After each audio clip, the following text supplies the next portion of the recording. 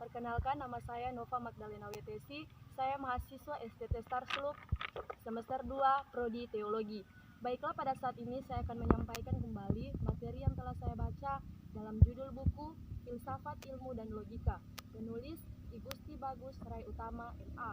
Halaman yang saya baca yaitu dari halaman 68 sampai halaman 70. Pembahasan yang pertama yaitu berpikir ilmiah.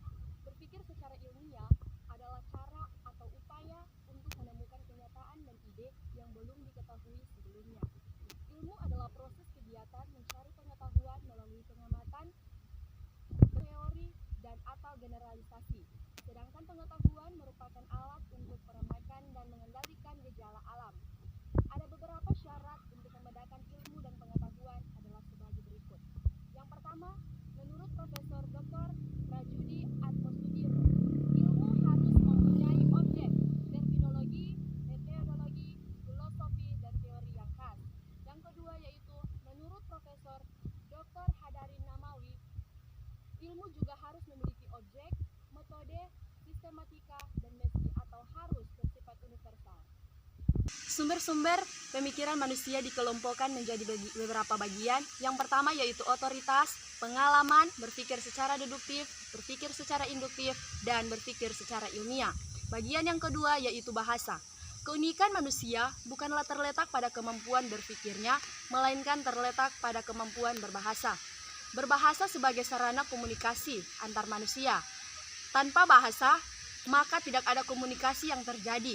Dan yang dimaksud di sini adalah bahasa ilmiah yang merupakan sarana komunikasi ilmiah ditunjukkan untuk menyampaikan informasi yang berupa pengetahuan.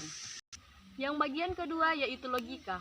Logika berasal dari bahasa Yunani kuno atau logos yang berarti hasil pertimbangan akal pikiran yang diutarakan lewat kata dan dinyatakan dalam bahasa.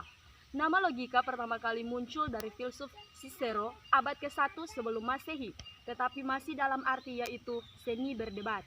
Dan pada permulaan abad ke-3, Alexander Aphrodiseus adalah orang yang pertama kali menggunakan kata logika dalam arti ilmu yang menyelidiki lurus tidaknya pemikiran kita. Pada saat ini saya akan kembali menjelaskan yaitu macam-macam logika. Yang pertama adalah logika ilmiah. Adalah kinerja akal budi manusia yang berpikir secara tepat dan lurus sebelum dipengaruhi oleh keinginan-keinginan dan kecenderungan-kecenderungan yang subjektif. Yang kedua yaitu logika ilmiah memperhalus, yaitu mempertajam pikiran serta akal budi. Dengan adanya logika ilmiah, akal budi dapat bekerja dengan lebih tepat, teliti, mudah, dan aman. Cara-cara berpikir logis dalam rangka mendapatkan pengetahuan baru yang benar. Yang pertama yaitu induksi.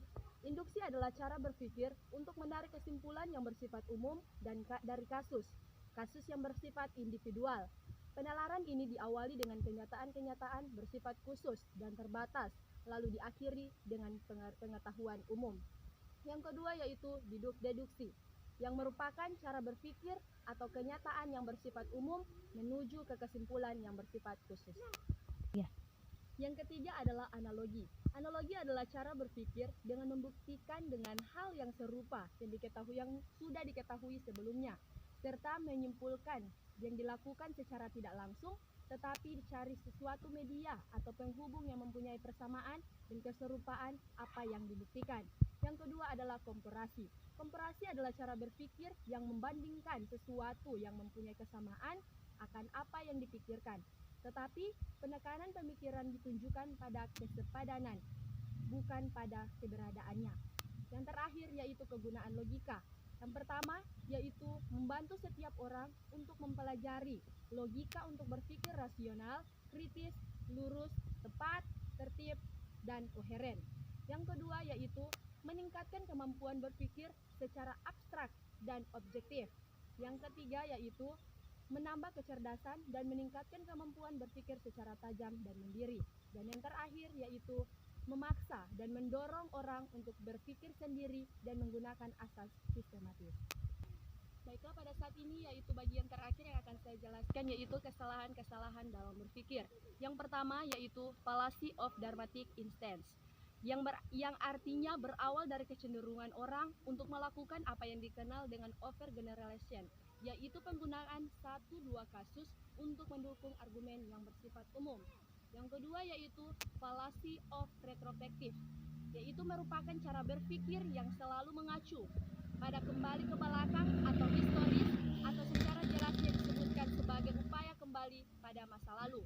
Yang ketiga yaitu post hoc ergo propter hoc, adalah kesalahan berpikir ketika seseorang berargumen dengan menghubungkan sesuatu yang tidak berhubungan. Yang keempat yaitu fallacy of misplaced, adalah kesalahan berpikir yang muncul karena kita mengkonkretkan sesuatu yang sebenarnya abstrak. Yang kelima yaitu argumen and pedestrian, adalah kesalahan berpikir yang menggunakan otoritas seseorang yang belum tentu benar.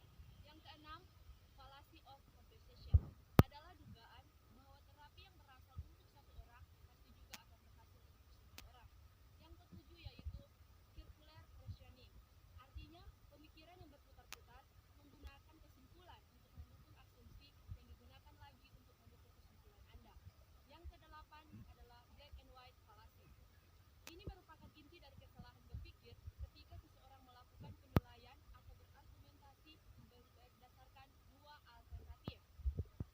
Yang kesembilan yaitu argumentum et miseria, yaitu kesalahan berpikir karena menarik kesimpulan dengan berdasarkan rasa kasihan tanpa berdasarkan bukti.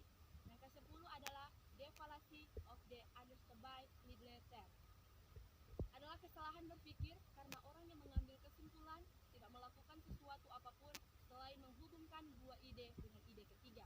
Yang terakhir yaitu fallacy determinisme paranoid, yaitu suatu kondisi kejiwaan seseorang yang merasakan rasa takut yang berlebihan tanpa alasan yang dibenarkan. Itulah yang menjadi materi yang dapat saya paparkan kembali pada saat sore hari ini. Lebih dan kurangnya saya mohon maaf. Tuhan Yesus memberkati. Shalom.